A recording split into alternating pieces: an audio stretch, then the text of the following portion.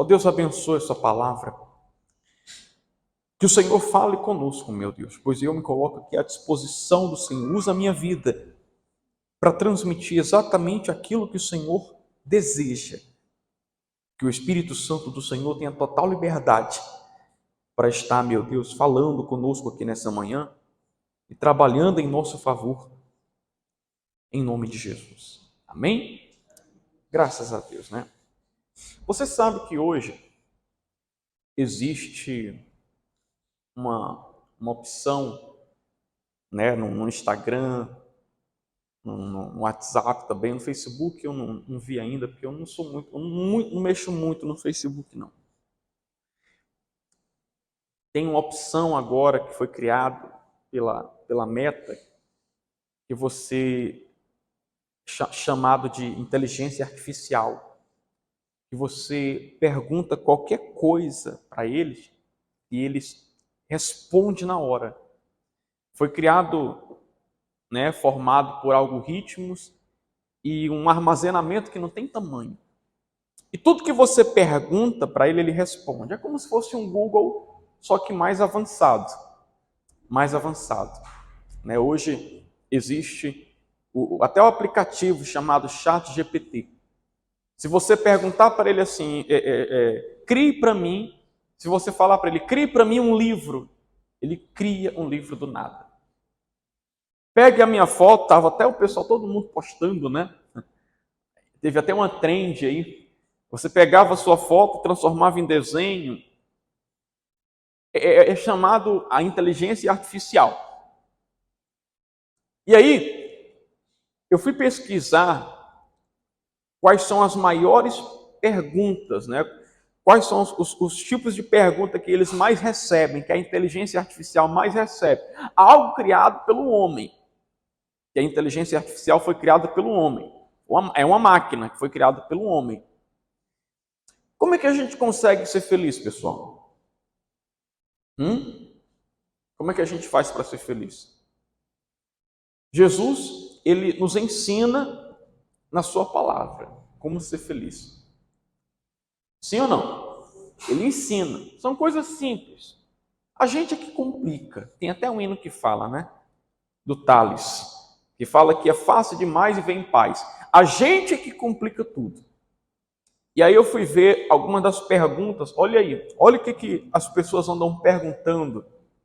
O que elas mais perguntam ao chat GPT chamado, né? A inteligência artificial. Primeiro, quem sou eu? Olha o que o ser humano vai perguntar para a máquina. O ser humano vai perguntar para a máquina: quem sou eu? Segunda, qual o sentido da vida? Terceira, existe um propósito para a existência? Quarto, o que acontece após a morte? É o que o ser humano vai perguntando. A quinta pergunta que o ser humano mais pergunta: como posso ser feliz? Sexta, o que é amor? Sétima, qual o significado do sofrimento? E a oitava é: como posso ter sucesso na vida? São as 8 perguntas que a inteligência artificial mais recebe. Hoje tem até a opção, sabia? Se eu quiser aqui, antes por exemplo, estou lendo na sala e falo, hoje eu não estou afim de ler a Bíblia, não. Eu vou perguntar a ele aqui, crie para mim uma pregação, e eu vou dar o versículo, vou dar só o versículo. Aqui, Jesus, as bem-aventuranças que a gente vai ler já já. Aí eu crio para mim uma pregação disso aqui. Aí o chat cria, e eu posso trazer aqui algo que não é inspirado do Espírito Santo, mas algo criado pelo ser humano. Então hoje, imagina o que está acontecendo. O ser humano está perguntando para algo criado por ele mesmo Como eu posso fazer para ser feliz? Quem sou eu? Como eu posso fazer para ter sucesso? Existe vida após a morte? Que foi uma das perguntas aqui. Existe um propósito para a existência? Qual o sentido da vida? Imagina eu criar um celular, e perguntar para esse celular: ei, celular, como eu posso fazer para ser feliz? É tipo isso. É tipo isso. Mas, no fundo, o ser humano faz isso porque ele só quer ser feliz. Todo ser humano, no fundo, ele só quer ser feliz. O problema é que ele procura no lugar errado. Ele procura no lugar errado. Aqui diz assim, capítulo 5 de Mateus, versículo 6. O que diz aí? Bem-aventurados, né? Versículo 6. Os que têm fome e sede de justiça, porque eles serão o quê, pessoal? Serão o quê? Fartos. É bom demais você ver a justiça acontecendo. Sim ou não? Quando uma causa sua é ganha, quando uma causa que você estava esperando saiu, quando algo que você estava esperando sair deu certo aquela causa. Meu dinheiro saiu. Aquele negócio deu certo, vou receber a partir. É uma alegria, motivo de alegria. A pessoa sorri, porque a injustiça, ela dói. Dói ou não dói? Mas Deus, ele fica muito feliz quando eu passo a andar na justiça. Amém? A alegria de Deus, como diz aqui, é quando eu passo a andar na justiça. E como é que é andar na justiça? É andar fazendo o que é certo. Fala para quem está do seu lado. Andar na justiça é fazer o que é certo. Então, o versículo ensina a gente ter fome e sede das coisas o quê? Certas, do que é certo e não do que é errado. Eu estava realizando aqui a oração, meia-noite aqui com alguns homens, sexta-feira, e eu estava falando para ele o seguinte: tem pessoas que ela é cega, tão cega, que ela fica pedindo, meu Deus, faz justiça. E se Deus fizer justiça, até ela se acaba. Porque ela quer justiça, sendo uma pessoa o quê? Injusta. Ela quer as coisas certas, agindo da maneira errada. Então, nós precisamos tirar os olhos da gente, parar de olhar só para a gente, de olhar só para a nossa barriga, porque senão vai chegar um certo momento em que você vai pensar em que Deus, ele existe só para te servir e não você servir a ele. E o que tem de pessoas que alimenta isso, que Deus é alguém que existe só para servir a ela, é o empregado dela. Deus não é Senhor, é o empregado. Deus é o servo. Ela é que é o Senhor. Se não agir da maneira dela, do jeito dela, e se Deus for bater de frente, né? Porque tem hora que a palavra ela confronta a gente. Sim ou não? Tem hora que a palavra ela disciplina a gente, tem hora que a palavra repreende a gente. E o ser humano não gosta de ser disciplinado, porque ser disciplinado dói. Você ser corrigido, ser chamado a atenção, dói. Dói. E quem é que gosta de sentir dor? Mas é necessário. É necessário. A correção vem para a gente não fazer as coisas erradas e procurar fazer as coisas certas. E vai ter vezes que por causa da justiça de Deus, a gente vai perder muita coisa. Vai ter vezes que por conta da justiça de Deus, aqui na terra, porque com ele não, aqui na terra a gente vai perder muita coisa. Por exemplo, nós temos pessoas aqui que antes de conhecer Jesus, ganhavam muito dinheiro, mas fazendo o que era errado. Ganhavam muito dinheiro porque fazia algo errado. Mas ela não podia andar de cabeça erguida, ela não podia andar em todo lugar porque ela tinha medo. Hoje ela pode andar de cabeça erguida porque ela anda o quê? Na justiça. Aqui nós temos pessoas que deviam a justiça. Devia a justiça. A qualquer momento podia ser preso. Mas hoje ela anda de cabeça erguida para onde ela vai, porque hoje ela anda na justiça, no caminho certo. Vocês estão entendendo assim ou não, pessoal? E Deus, nós encontramos Deus no caminho certo e não no caminho errado. No caminho errado você não encontra Deus, a gente só encontra Deus no caminho certo. Então, quando a Bíblia fala assim, buscai, pois, em primeiro lugar, o reino de Deus e a sua justiça, para que as outras coisas sejam acrescentadas, além de você buscar o reino de Deus em primeiro lugar, você tem que procurar fazer as coisas certas. Aí sim, tudo que você precisa vai ser acrescentado. Eclesiastes capítulo 7, versículo 29. Falei para vocês que a gente vai ler a Bíblia hoje, né? Eclesiastes. Porque depois de Provérbios, passa Salmos, Provérbios.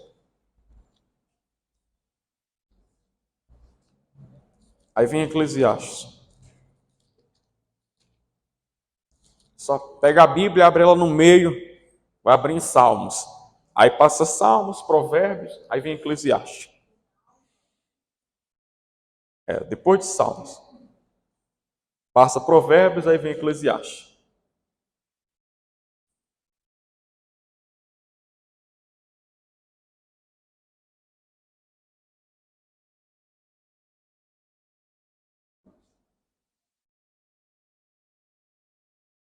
Quem achou, diga amém.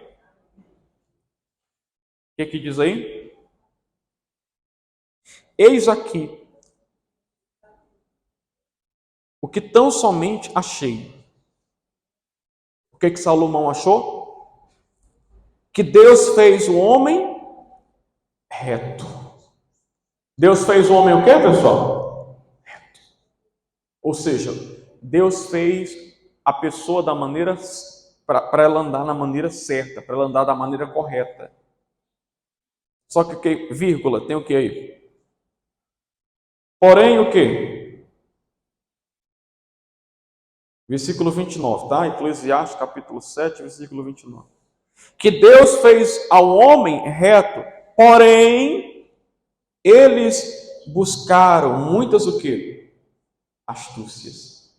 O que quer dizer isso, pastor? O que significa isso? Significa, para você entender, não conversa não, por favor, preste atenção. Se você não achar, você qualquer coisa anota e lê em casa. Você anota e lê em casa. A Bíblia fala o seguinte, que Deus ele criou o homem para andar da maneira certa. Só que a gente é que procura complicar as coisas. Em outras palavras, o ser humano, a gente é que procura sarna para se coçar. A gente é que procura sarna para se coçar. A gente é que procura complicar as coisas. A gente é que procura piorar a situação. Porque se eu quero justiça de Deus na minha vida, se eu quero as coisas certas de Deus na minha vida, eu tenho que procurar o que é certo. Buscar o reino de Deus não é só buscar o reino, é procurar também a justiça, que é procurar fazer o que é certo. É você procurar, não é só vir para a igreja, tá? Não é só vir para a igreja. É quando sair por essas portas, é fazer o que é certo. O que é certo? O que é certo? É abandonar o pecado, é deixar o orgulho de lado, é deixar de mentir, é ser fiel a Deus, é não trair, é procurar fazer as coisas certas e não só buscar o reino. É buscar o reino e procurar fazer as coisas certas para que as outras coisas, ou seja, o que eu preciso na minha vida, Deus vem o quê? Acrescentar. Vocês estão entendendo sim ou não, pessoal? Efésios capítulo 4, versículo 22. Olha o que diz aí, ó, como é forte isso aqui. Quem usa o celular é mais fácil, bem rápido, né? É bem rápido. Efésios capítulo 4, versículo 22. Posso ler? Pronto. Vamos lá. Versículo 22. Vamos ler devagar que é para entender, tá? Que quanto ao trato passado, Deus está falando da vida passada que a gente tinha, né? Que todos nós tínhamos antes de chegar na igreja. Que quanto ao trato passado, vos despojeis do velho quê? Do velho homem. Deus está falando aqui para a gente. Ó, enquanto a vida passada, esqueçam, larguem as suas práticas, as suas atitudes passadas, larguem, não façam mais o que vocês faziam antes. Aí vai falar mais, que se corrompe pela concupiscência do engano. E o que ele vai pedir? Versículo 23.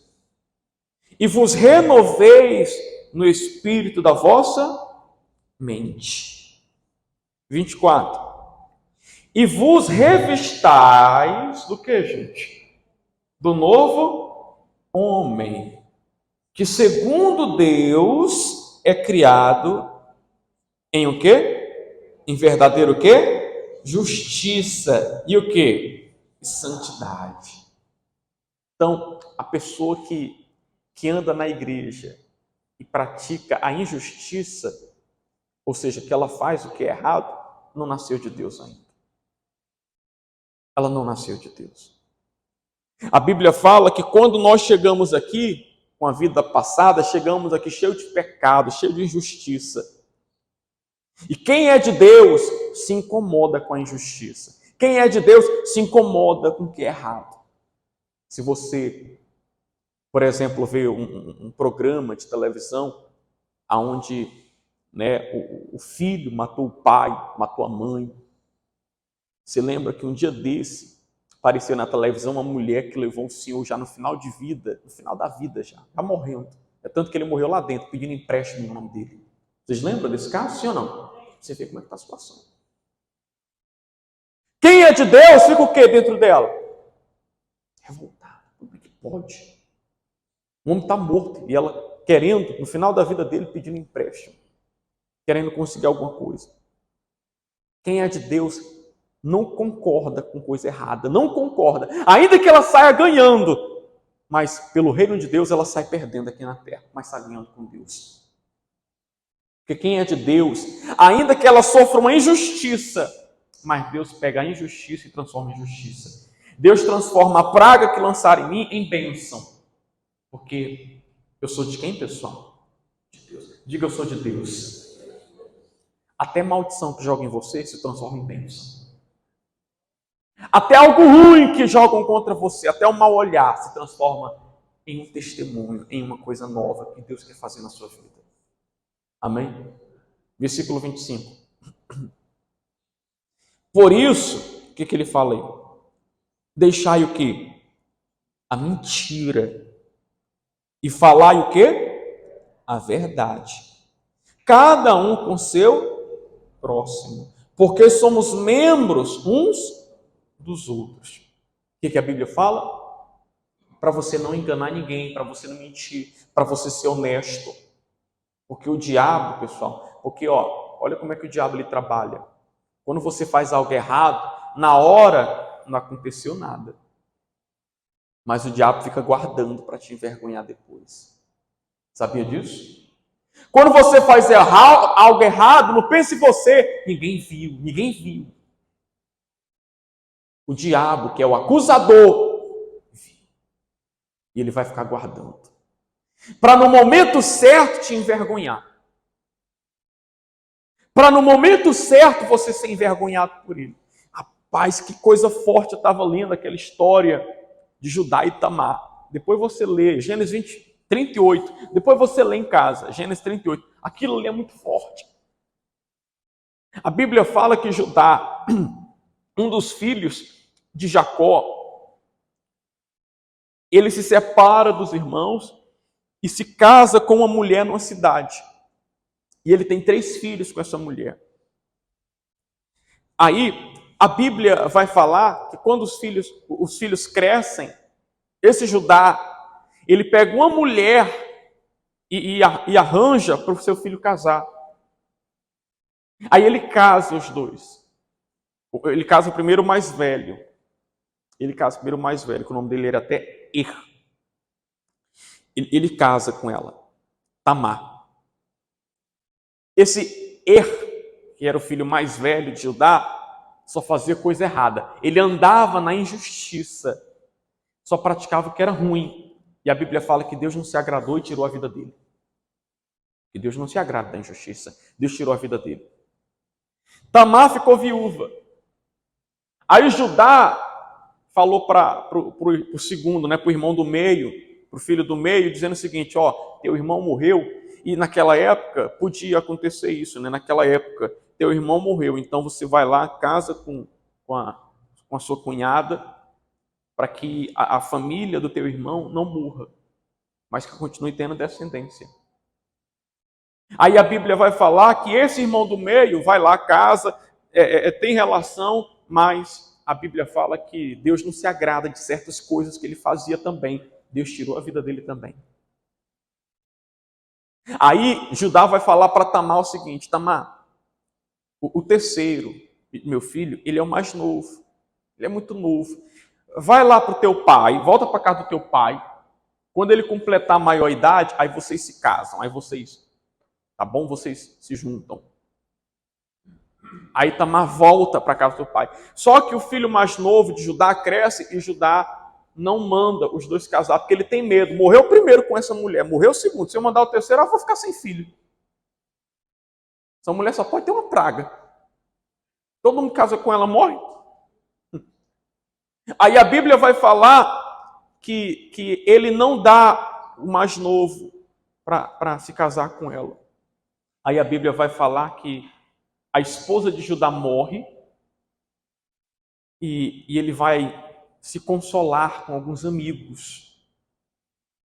Quando Tamar fica sabendo que Judá está por ali perto, a Bíblia fala que ela cobre o rosto, porque as prostitutas da época viviam com o rosto coberto. Elas viviam com o rosto coberto. Então ela veste algo, ela tira a roupa de viúva, a Bíblia fala, coloca algo no rosto e vai ficar esperando ele ali na esquina. E quando Judá vê essa mulher, a prostituta, ele não sabia que era a nora dele. E os dois têm uma relação. E ele fala assim: eu não posso pagar você, mas eu tenho algo aqui que eu posso te dar em troca. Em troca. Aí a Bíblia vai falar que ele entrega um cordão e um cajado para ela. Ó, fica com esse cordão, com esse cajado, que depois, quando eu tiver condições, eu venho aqui e deixo o valor. Vou empenhar isso aí, mas quando eu tiver o valor, eu venho deixar aqui o cabrito, que a Bíblia fala, eu vou deixar aqui para você. Aí você fica com isso aí como garantia. Aí os dois têm uma relação, aí ela engravida. O sogro engravidou a nora. Aí a Bíblia vai falar que quando chega um tempo, Judá não está sabendo de nada. O sogro não está sabendo de nada. Não sabia que era ela porque ela estava com o rosto coberto. Ele não sabia de nada. Quando chega um tempo, olha o que Judá faz. Olha o que Judá faz. Ele fica sabendo que a nora dele estava grávida. Aí ele fica revoltado. Aquilo ali é uma... rapaz, andou se prostituindo, né? Andou se prostituindo. Aí a Bíblia vai falar: tragam ela que a gente vai queimar ela viva. Que é para ela aprender a respeitar as coisas. Aprender a respeitar a nossa família. E a Bíblia fala que quando vão pegar Tamar para poder queimar ela, para matar ela, a Bíblia vai falar o seguinte: eu estou grávida, certo? Eu me prostituí.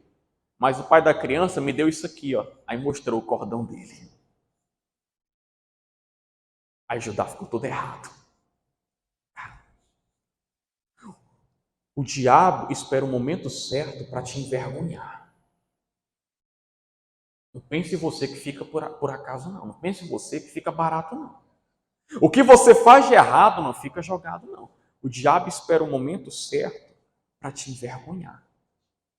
Judá queria justiça sendo um homem injusto. E quantas pessoas não são assim? O cara vive traindo a esposa, vive traindo a esposa. No dia que ele tem ciúme de alguém, ciúme, só ciúme, a esposa não teve nada, mas só ciúme, o cara vai falar para a mulher assim: no dia que eu pegar tu com alguém, eu te mato. O cara vive na injustiça, mas quer ser justo, né? Tem gente assim, sim ou não, pessoal? Sim ou não? Então, é você agora, hoje, olhar para a tua vida, olha para a tua vida, para de olhar para a vida dos outros. Para de olhar para a vida, olha para a sua vida, senão você vai perder sua salvação. Senão você vai perder sua salvação. Versículo 26 diz assim: irai-vos e não o quê? E não pequeis. Versículo 26, não diz aí? E não pequeis. Não se ponha o sol sobre a vossa ira. Ele está dizendo o seguinte: ó, você tem raiva de alguém, não durma com essa raiva no coração. Tem mágoa de alguém, não fica com essa mágoa, não. Não deixa o dia ser estragado por conta de uma raiva ou por conta de uma mágoa, não. Resolve isso aí. Resolve, porque se Jesus voltar, você pode estar na igreja, mas se Jesus voltar e você que estiver com o coração sujo, com mágoa, com ódio, se fica. Se Jesus voltar, você fica por conta do coração sujo. Você vai para o inferno, do mesmo jeito. Mesmo estando na igreja, mesmo estando na igreja. Porque o que tem de gente que está na igreja, mas ela tem ódio, tem raiva, tem mágoa. Sim ou não? Versículo 27. Olha que conselho forte, ó. O que diz aí 27? Não deis lugar a quem? Ao diabo. Se você der lugar ao diabo, pessoal, sai caro. Sai ou não sai? Se você der brecha para o diabo, sai caro. Ah, não vou mais não. Não vou para a igreja não. Abrindo a porta para ele. Na hora não acontece nada, mas o diabo fica juntando. Fica juntando. Quando você se afasta, na hora não acontece nada. Só vai acontecer depois, porque ele fica juntando. Quando você deixa de ser fiel, quando você deixa de honrar ele, quando você deixa de colocar ele em primeiro lugar, Deus na sua vida em primeiro lugar, o diabo fica juntando. E agora que ele abriu uma porta, está dando lugar a quem? A quem? Ao diabo. Quando você crê em Jesus, você se entrega a ele e pronto. E quando eu me entrego a algo ou a alguém, aquilo que eu me entreguei passa a ser o meu dono, passa a me possuir. Se eu entrego a minha vida a algo ou a alguém, aquilo que eu entreguei, a minha vida, passa a ser o meu dono, passou a me possuir. A minha preocupação agora vai ser fazer a sua vontade. Quem entregou sua vida a Deus aqui? Pronto. Sua maior preocupação hoje é fazer a vontade de Deus. Sua maior preocupação hoje é andar na justiça, fazer o que é certo. Glória a Deus. 2 Pedro, capítulo 2. Vamos para o finalzinho também. Diz o que aí? E esta... perdão. Está lendo no capítulo 1. É capítulo 2. 2 Pedro, capítulo 2, versículo 5. E não perdoou ao mundo antigo, mas guardou a quem? A Noé, a oitava pessoa. Pregador do que, pessoal? Da justiça.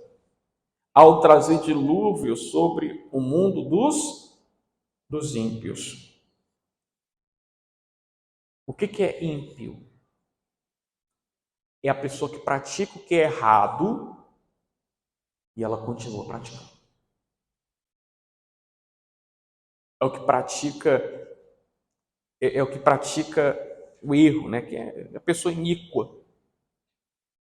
Ela sabe que está no erro, ela sabe que está errado, mas ela continua fazendo o que é errado. Então, a Bíblia fala que Deus não perdoou o iníquo. Deus não perdoou, no caso aqui, o ímpio, né? Por quê? Porque o ímpio não considera o que Jesus fez por ela. O ímpio não considera o que Deus faz por ela. O ímpio só chega na igreja quando sente dor de barriga. Quando sente dor de barriga, aí ele lembra de vir para a igreja. Quando ele está com uma dor, aí ele lembra. Eu tenho que ir para a igreja, por isso que está dando tudo errado. Aí quando a dor de barriga passa, o que o ímpio faz? Vai embora.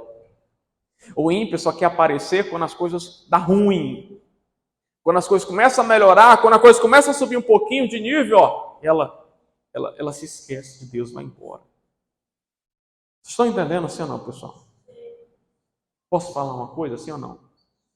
Não adianta você querer o perdão de Deus se você não perdoa os outros. Senão você vai ficar aqui pedindo assim, Senhor, Pai nosso que estás no céu, santificado seja o teu nome. Venha a nós ao teu reino, seja feita a tua vontade, assim na terra como no céu. Pão nosso cada dia nos dai hoje. O que diz mais? Perdoa as nossas dívidas, assim como temos perdoado os nossos devedores. Ela está pedindo a Deus, meu Deus, me perdoa, assim como eu tenho também perdoado. Você vive com ódio da sua mãe. Você vive com ódio do teu irmão, da tua irmã. Mas é porque o senhor não sabe o que ele fez. Perdoar alguém não é dar legalidade ao que a pessoa fez, não. É você se libertar. Perdoar alguém não é você aceitar que o que ela fez é certo, não. Entenda. Para de ser cabeça oca. Para de ser cabeça, que o diabo está juntando, hein? O diabo está juntando esse ódio que você tem. O diabo fica guardando isso que você tem para te acusar depois. Você perdoar alguém não quer dizer que você está dando legalidade àquilo que ela fez, não. É aceitar o que ela fez com você, não. É você procurar se libertar. É procurar ter paz. Amém, pessoal? É procurar ter paz. Mas eu não vou falar. Não é se juntar a ela, não. E pelo amor de Deus, como é que você vai abraçar crocodilo? Perdoou? É cada um no seu quadrado agora. Siga a sua vida. Amém, pessoal? É cada um com a sua vida agora. Cada um no seu quadrado. Deus te abençoe, tá? Eu não quero de novo chegar perto dessa pessoa, porque eu sei que essa pessoa pode me magoar novamente. Mas eu perdoei, meu coração está limpo. Deus abençoe, tá? Amém. É você viver em paz. Mas tem pessoas que pedem perdão de Deus e não sabem perdoar os outros. Tem raiva. Se alguém fizer alguma coisa contra ela, ela fica com ódio. Ela fica com raiva. Deixa de ser hipócrita. O diabo vai te pegar. Está amarrado, pastor. Está amarrado, não está solto. O diabo vai te pegar. Ele está juntando o teu pecado. Ele está juntando. Fica brincando com as coisas de Deus. Vai chegar uma hora que o diabo vai te pegar. E eu estou falando isso não é para você ter medo, não. É para você abrir seus olhos. Para você abrir seus olhos. Para não ficar brincando com as coisas de Deus. Você sabe quanto é que custa um míssil daquele que eles estavam lançando um dia desses, que agora entraram num acordo de paz? Sabe quanto é que custa um míssil daquele? Milhões. Milhões. Que quando cai em um lugar, quando cai em uma cidade dessa, destrói toda a cidade. Acaba com tudo.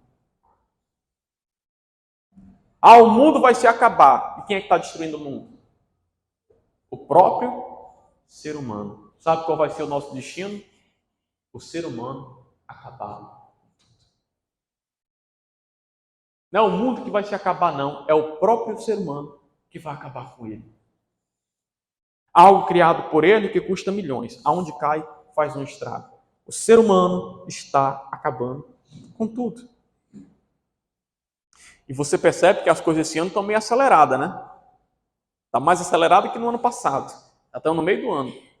Daqui a pouco chega a vigília da virada. Virada de ano. Daqui a pouco chega a virada de ano. E se você não consertar sua vida com Deus, pode ser tarde demais amanhã. Pode ser tarde demais. Porque um dia,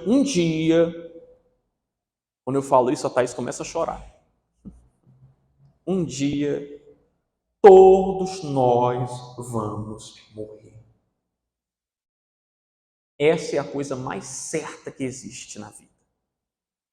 A gente nasce, vive e morre. Um dia, todos nós vamos morrer. Ai, pastor, vira essa boca para lá, tu vai morrer. Pode bater 3 vezes na boca, pode bater, mas vai morrer. Um dia você vai morrer. Um dia você vai morrer. Um dia eu vou morrer. Eu posso morrer quando terminar o culto aqui. Na minha ida para casa, eu posso morrer. Ou quem sabe você. Está amarrado, né? Que ninguém quer morrer. Mas um dia, todos nós vamos morrer. Você não gosta de ouvir isso. Você não gosta. Ninguém gosta de ouvir isso. Mas é a realidade. Um dia você vai morrer. E quando você morrer, entenda uma coisa, que a vida de verdade vai começar depois dessa. A pessoa quando morre não acabou ali não. Agora ela vai ter uma vida eterna. No céu ou no inferno. No céu ou no inferno. A Bíblia fala o que a gente leu no começo o quê? Quem tem fome e sede de justiça será o quê? Farto. Ou seja, quem tem fome e sede das coisas certas, vai ser acrescentada na vida dele coisas certas.